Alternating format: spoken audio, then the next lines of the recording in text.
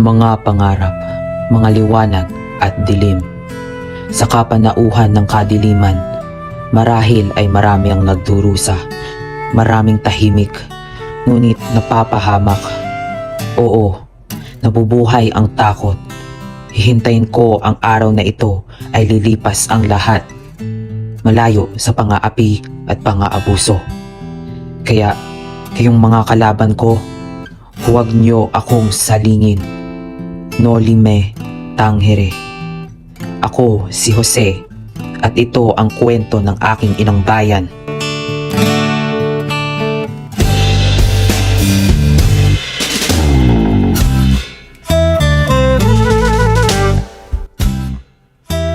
Buenas tardes sa lahat. Magsiupo na kayo at tayo magsisimula na sa ating pagtitipon.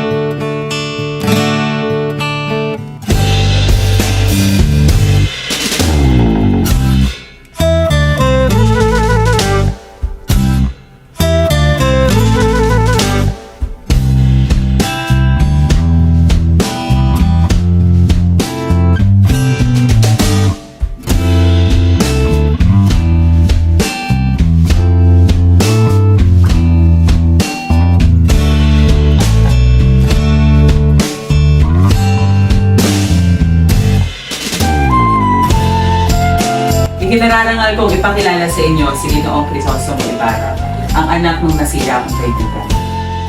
Buenas tardes sa inyong lahat.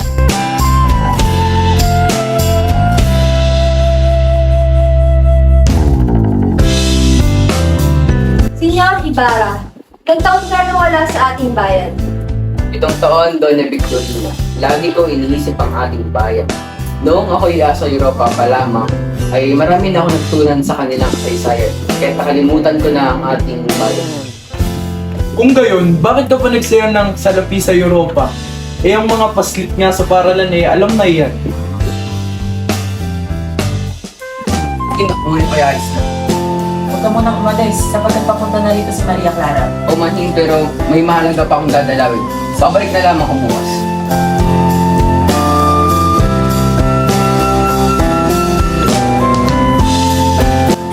Nakalis na rin siya.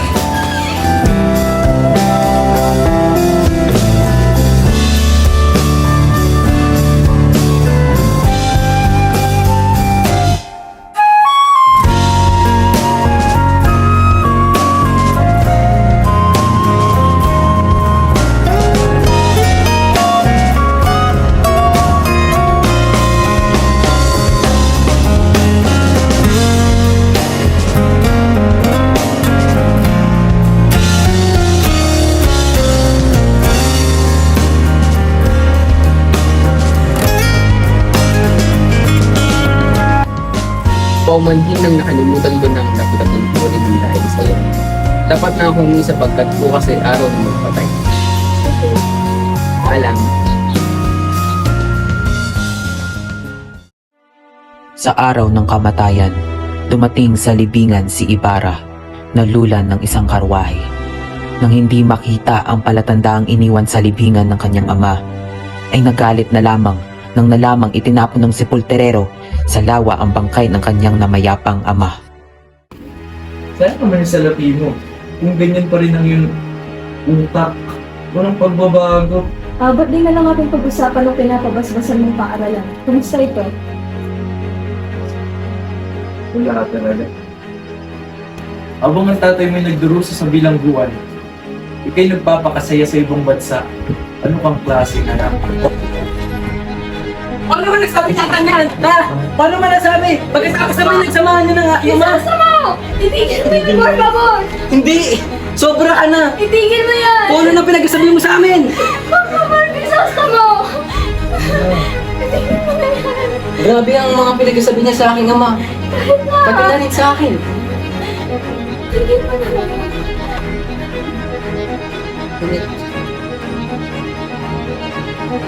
Uy!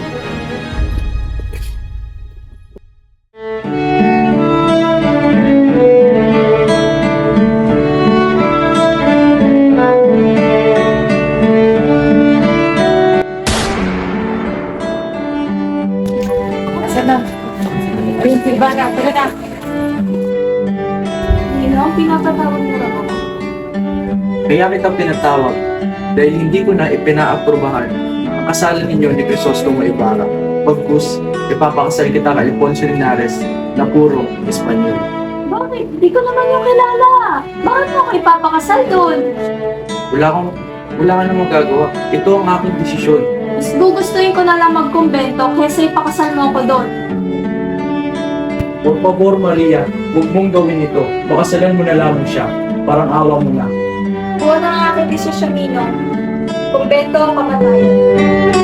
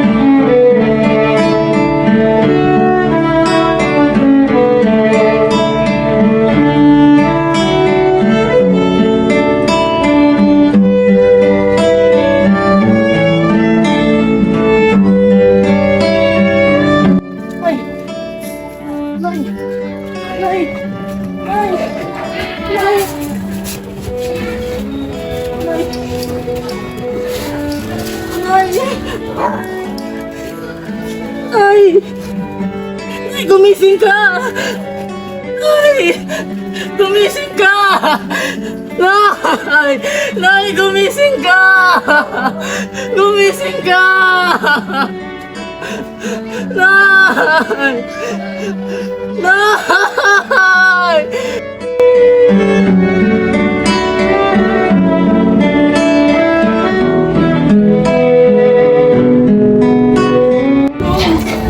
Tulong! Tulungan niyo kami! Tulong! Patay na ang iyong inay. Sunugin mo na lang ang kanyang katawan. Bukain mo na lang yung gintong nandoon.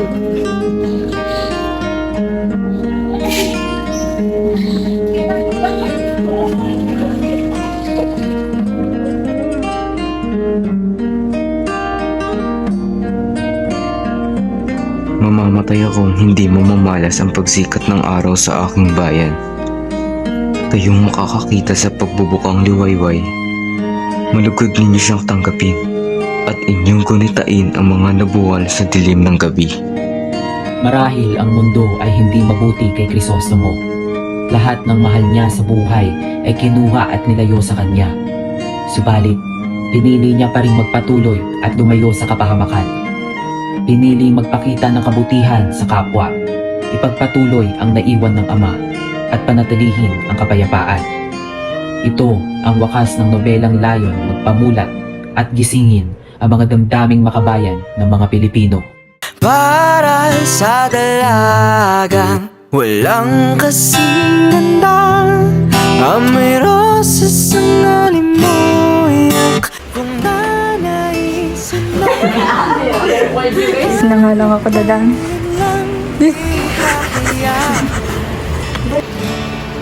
mawala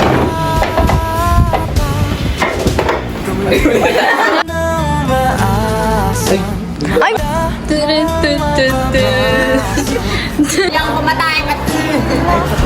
Maging pamilya